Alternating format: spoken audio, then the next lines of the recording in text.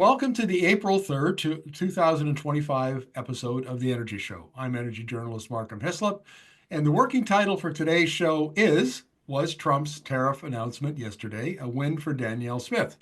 Today's guest is Duane Bratt, professor of political science at Mount Royal University and a regular on the show. So good to see you back, Duane. Hey, Markham.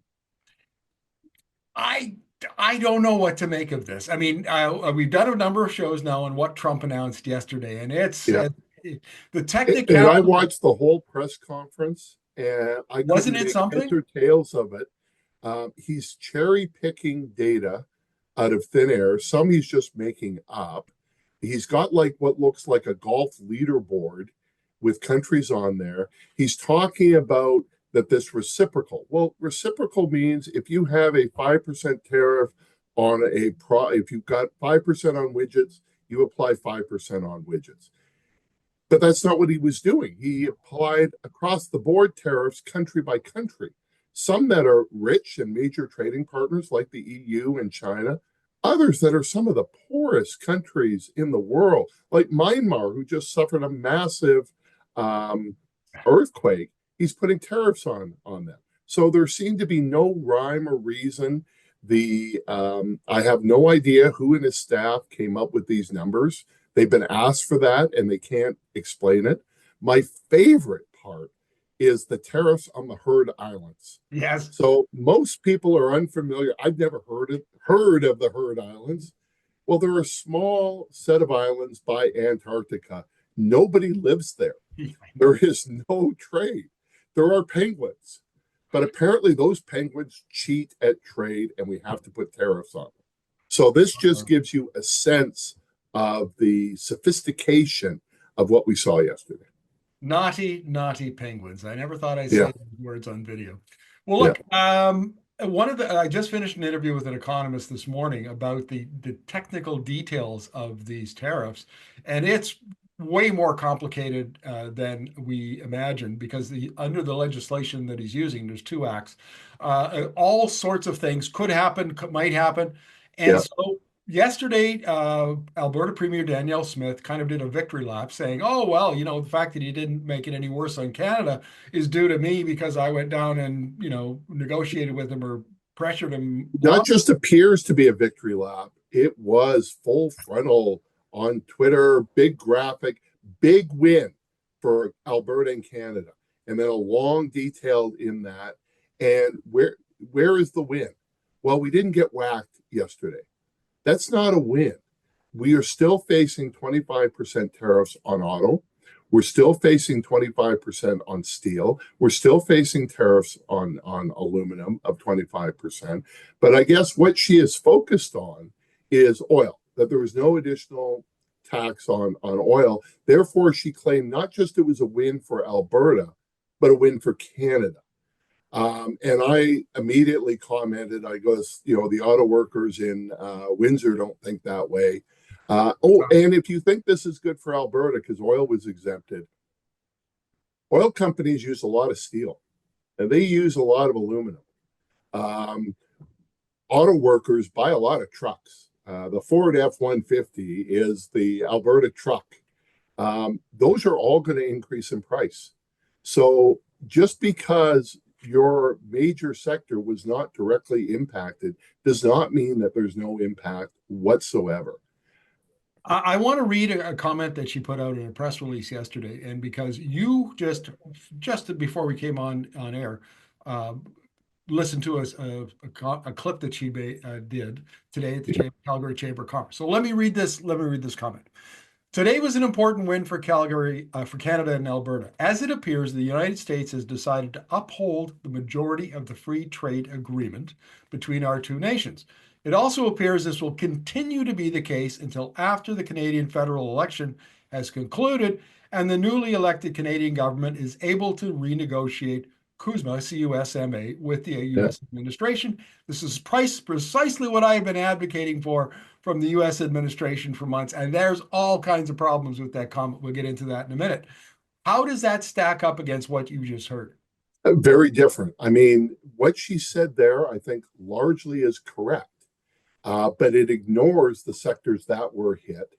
and it ignores the political reality in the United States. So I don't think this was because Danielle Smith was on Ben Shapiro's podcast or had a photo op in Mar-a-Lago with Donald Trump. I think there's pressure coming from within the United States. And just as an illustration of that, the Senate just passed a resolution to get rid of tariffs against Canada because they said the emergency powers that Trump is using don't work. There's no emergency here. And it passed, even though the Republicans control the Senate, because 4 Republican senators, Susan Collins from Rhode Island, Lisa Murkowski of Alaska, and Mitch McConnell and Rand Paul from Kentucky all voted against him. Now it's going to the House. Let's see what happens in the House. So there is domestic pressure. The market collapsed today. The reason that Trump gave his announcement yesterday was he waited till the markets closed because he knew what was going to happen. We've already seen companies like Stellantis talk about job losses, but Smith was much more moderate. She appeared before the Calgary Chamber of Commerce for a luncheon, talked about that, and said, well, Alberta was largely exempted and he's upholding the USMCA. This is not a time to celebrate. And then she talked about the auto workers in Windsor and the forestry industry and the threat remaining. So a much more conciliatory Smith today than what we saw yesterday on social media. And I'm trying to wrap my head around both of them. I'm happy to see the more conciliatory aspect. She even seemed to be positive about Mark Carney's announcement around retaliation. That's not what we've seen out of her last week, so where does she particularly stand? It's almost like it depends on the audience that she is with. So she's with a bunch of Calgary business leaders and says, no, this is actually really serious. So even though we weren't hit with oil and gas, we're going to be hit here, here, here, and here. Then she's with Shapiro and Breitbart, and it's like, yeah, let's elect conservatives, and that solves the problem. Then she's on social media, so who is she communicating with? Maybe her communication staff. So this has been a pattern with Smith for years, that she is very good at delivering what the audience in front of her wants. Gosh, I wonder who that reminds us of. Yeah. Oh, Trump, in case you were wondering. Look, Yeah. I actually do have problems with her statement because, first of all, it didn't uphold, the majority of the free trade agreement.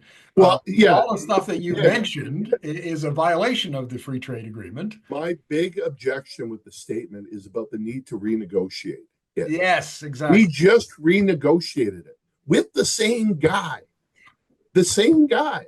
This is Donald Trump's agreement. His signature on a treaty is as useful as his promise. Indeed, it is. And this idea that somehow after the Canadian federal election, that somehow Trump will come to the table, there's not a whole lot of indication that in fact will happen. Well, except he likes making deals, right? Everything's a deal. Everything's a transaction. So I can actually see him coming to the table to renegotiate the USMCA. The problem is, how long is that going to last, and how much credibility do we put in that? So yeah, he likes to make deals, and then he gets bored, and let's restructure the deal. Goodness. Okay. Well, look, I guess the way I wanted to approach this interview, Duane, is there are 2 approaches here. One is the Team Canada, it's kind of even Pierre Poilievre of the Conservative Party at the federal level is on board with that. He's denouncing Trump and so on. And then there's the Danielle Smith of, we're going to negotiate. We want to put pressure on. We want to go down, talk to Ben Shapiro. We want to, MAGA influencers, all of that kind of thing. And now it sounds like Smith is not kind of in that camp, but depends on the day. Yeah.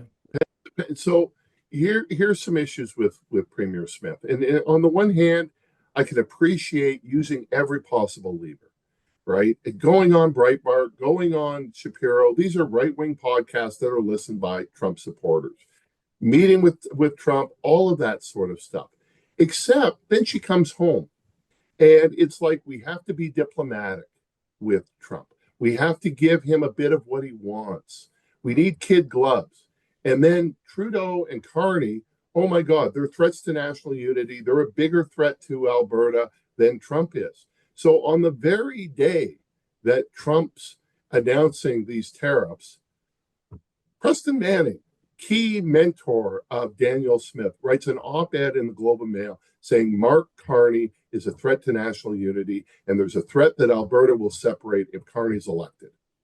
And let's point out that in fact it was Danielle Smith a couple of days ago, or that threatened a national unity crisis if she didn't get what she wanted. Yeah, and then the day before, or this week, she was going, well, no, I'm not going to have a referendum on separatism. I wasn't elected to do that.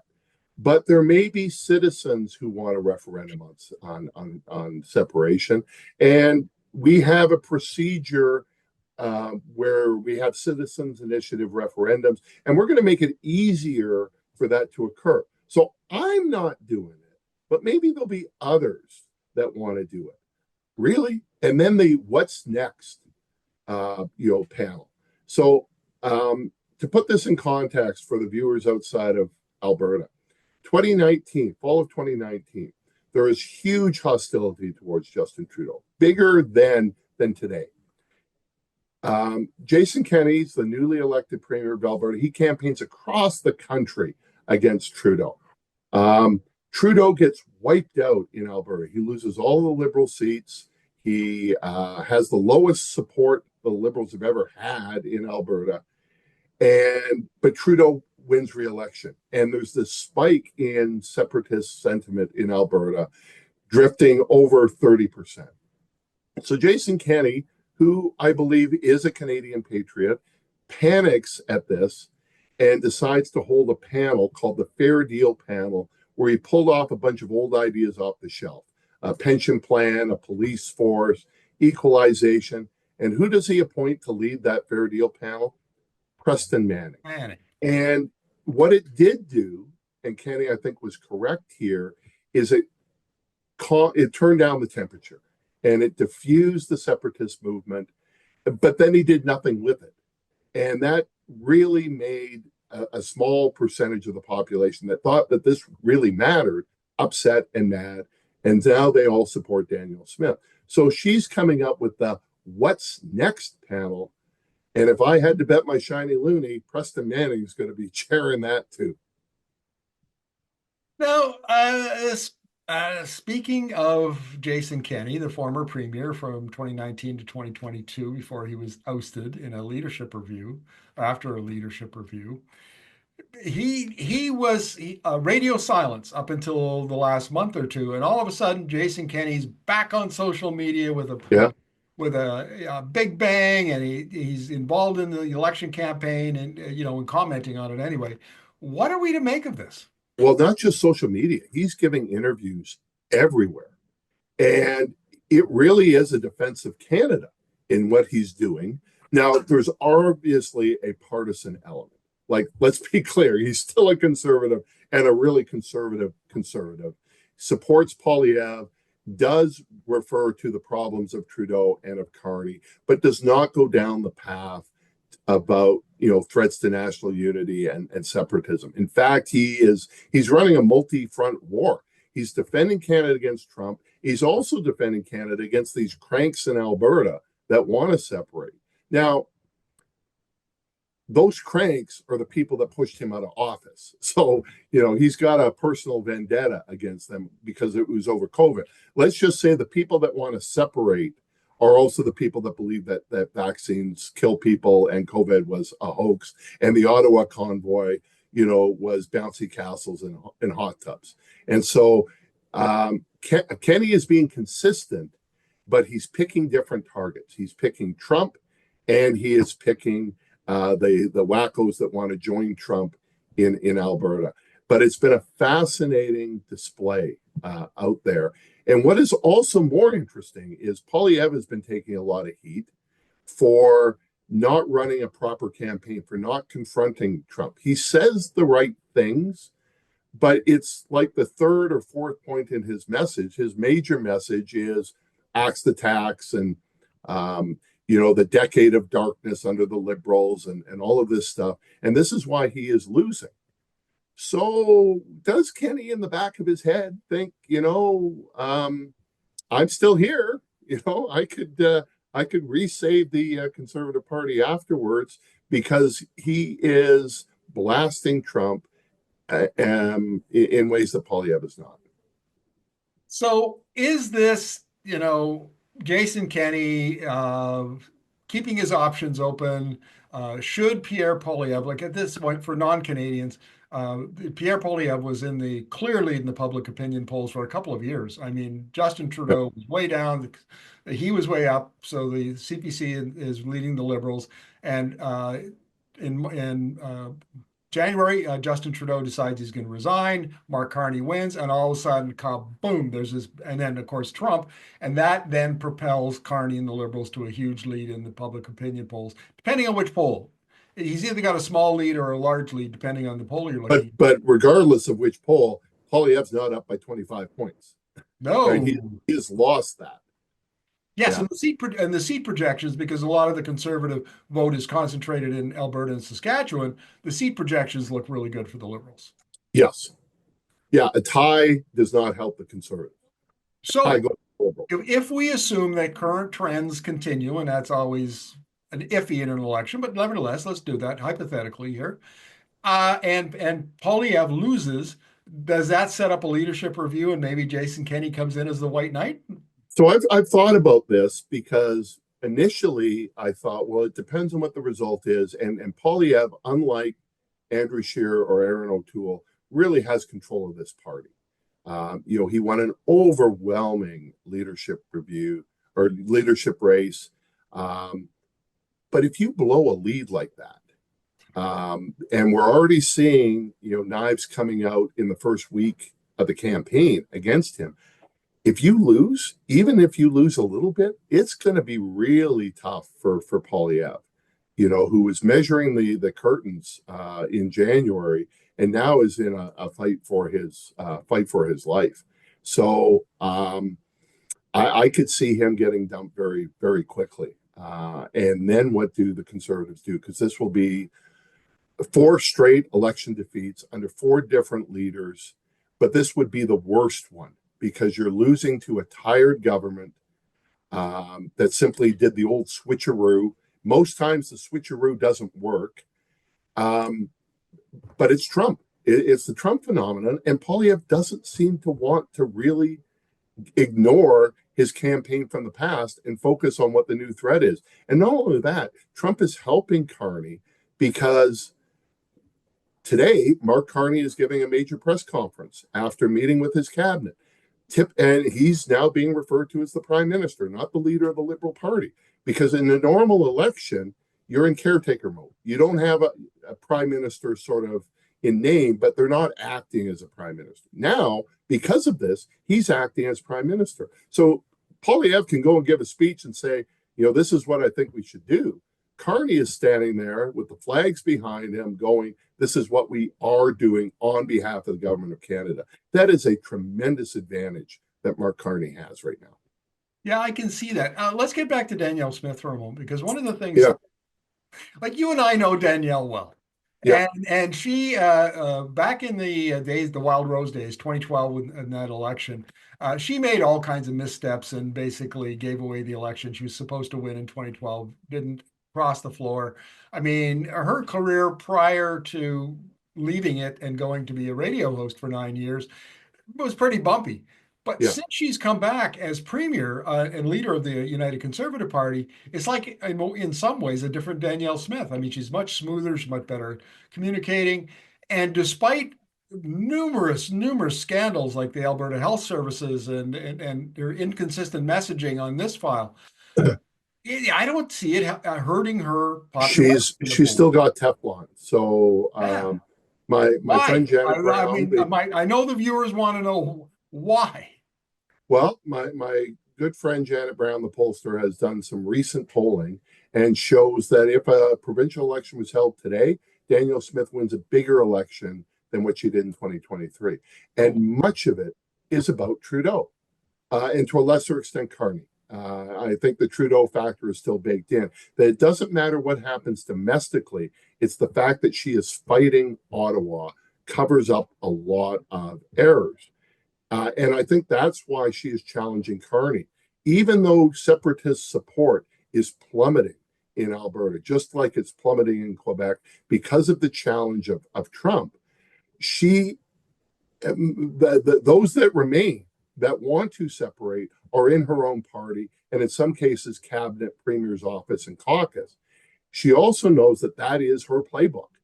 So there's some speculation about whether these are not slips where she's trying to tie Poilievre to Trump, but to try to, in a sense, help Carney win, which will then help Smith in Alberta. I think that's going to be a bit more difficult because Carney's going to win more seats in Alberta than he normally would. The Liberals will have a high voter turnout, but the Conservatives will still win 28 to 30 seats here out of 37. Right. A very interesting thing that's happened in the last couple of weeks, Duane, that never happened in my journalism career. I'm getting DMs and emails from people in Eastern Canada, Quebec and Ontario, who are saying, "What is up with this Smith? Like, Yeah, is she?" she's a national story. Yeah, and they want to know if Alberta separatism looks like, smells like, is like Quebec separatism. No, for a couple reasons. One is Quebec separatism is really about identity. It's about language and culture and history going back hundreds of years. So it's a real thing. Alberta separatism, quite simply, is about money. It's about oil and gas. It's about money. That's not the same driver as what Quebec is. Not only that, we have a transplant population. There's almost 5 million Albertans, many of which live someplace else, moved here, have family, have friends across the country. That doesn't exist with Quebec francophones Yeah, to the same degree. So the ties to Canada are much stronger emotionally, physically than Quebec. So it's a very different thing. In Manning's op-ed, he talks about this bottom-up populist movement about separatism. This isn't right now coming bottom up. This is being driven by the premier's office. She wants there to be a national unity crisis. She is hoping there's a national unity crisis so she can drape herself into the Alberta flag. So far, it's not working despite as much talk. And probably the best comparison is that 2019 case I talked about, where separatism was 3 times what it is now. Duane, I have to ask the question around Naheed Nenshi, who took over the NDP leadership last year. Who? Right, Who? He's nowhere. that okay? Then you know He's what the nowhere question is. found. I mean, he's not in the legislature. He's having trouble getting oxygen, right? Because you've got a federal election going on. You've got a trade war with the United States, and you have this premier doing all sorts of other things, and he's not in the legislature. So just as I said, fighting Trump gives Carney greater stature, all of that gives Smith greater stature as well. And poor Nenshi just can't find attraction right now. Well, Duane, as always, thank you very much for this. Lots of insight into what's going on both provincially in Alberta and federally in Canada. And I have no doubt we'll be talking to you in the very near future because these stories are not going away. Okay. Thanks, Markham. Thanks for watching the show. We are on a mission to reach 10,000 subscribers and over 1 million views. If you're enjoying the content, give us a thumbs up, share your thoughts in the comments, and subscribe to our channel. Thanks for being part of our community.